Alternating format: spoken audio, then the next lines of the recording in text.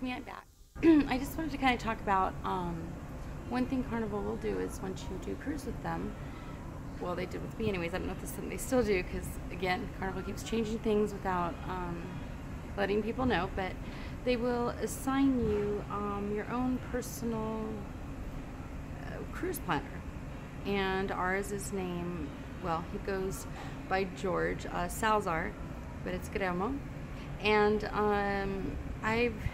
he's been my cruise person since 2014. I just have never really booked anything special through him. Again, this cruise here on the Inspiration, January 2018. It's my birthday. I'm turning 50, so usually those are like one of those landmark birthdays. So back in June of 2017, we did call up Bill and went ahead and we thought had organized a great cruise. I brought one of my best friends with her daughter, who is 11. It's the first time they've ever cruised, and it's her birthday the following week. He apparently, once we got on the ship, we found out, did not communicate any of the plans that we had made with him or talked to him about. So it was very frustrating when we got on the ship that they had no clue what we were talking about. So shame on you for that, because you took my money, gave me false, expectations, and then it was another challenge along with the room construction and, rooms being filthy. Everything kind of piles up and makes it hard to try to stay positive and just keep moving on, but we're going to keep pushing forward, and hopefully there will be no other major challenges. I think we've got everything covered now, and we'll see. I'll let you know at the end of the cruise what happens, because this is day 2.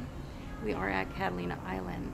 But when you do have your own personal cruise planner, they are supposed to assist you with things like if you have a special diet. Let's say you're vegetarian or have an allergy or anything like that, or have any special needs. They are supposed to assist you with handicapped rooms.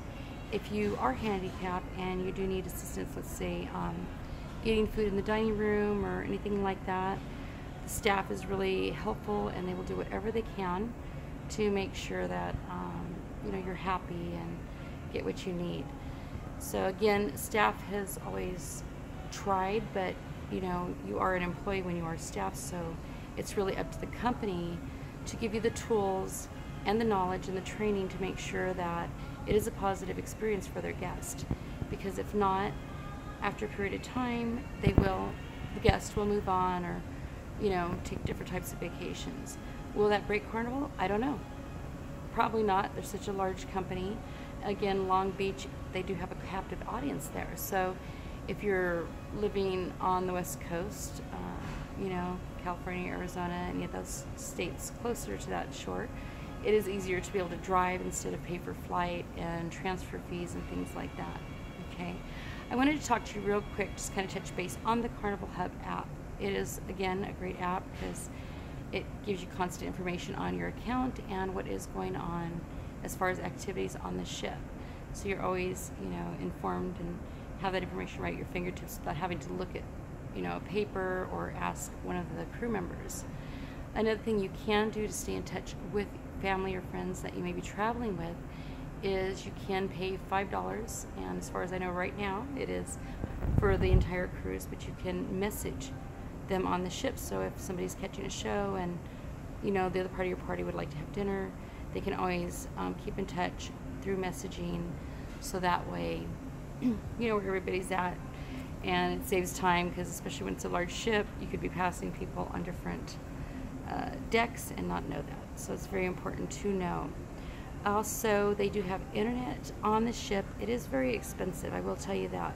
If you are on the 4-day or 3 or 2 out of Long Beach and you're doing the Catalina Ensenada trip, just know that when you are at Catalina, they do have cell towers. So I'm on Verizon. They don't have a roaming charge. So definitely check with your carrier. See if they're going to charge you for any roaming fees in Ensenada, especially because it's Mexico. A lot of them, I know with Verizon, I think we just let them know ahead of time, and it's a $5 or a $10 additional fee, something like that, for the cruise. but it's nice, especially if you like to post things on social media or stay in touch with your family, or if you got someone watching your kids, your house. It's just a great way to feel comfortable on your cruise, because you know you can get, you know, you can be in contact with them and know what's going on. Other than that, I am waiting for my party. Everybody's still asleep to get up. So I'm just kind of roaming around the ship, doing some videos for you guys, and just trying to let you know and hopefully answer any questions I've seen on Shipmate. Shipmate is a great app to download, because people will post pictures and also what is going on their cruise during that experience, whether it's rough waters or if they're also having challenges in the service department. One thing, especially if I was Carnival, I would be watching videos, especially the negative ones, and see what I could do to change that or make it better. Again, Carnival's not really known for communicating. I'm not sure about any other cruise line, because, you know, I have always been with Carnival. I hope to stay with them, but it seems like the last 3 cruises have been quite a few challenges, and even though staff on board will try to be empathetic with you and help you, they really don't do anything. They just, you know, again, it's lip service kind of thing. So, you know, just make sure that if you do have an incident, it doesn't get resolved. When you do get back home, you can call Carnival directly. Let them know. A lot of times they will refund your cruise money, if, you know, depending on the type of experience you had or the challenges. If they do refund you that, just make sure that you understand that you're only receiving what you paid for the cabin. They're not going to refund you the taxes or port fees or anything like that. In regards to parking, real quick, I just want to kind of touch base with that. They kind of have a captive audience again, because the port is separate from everybody.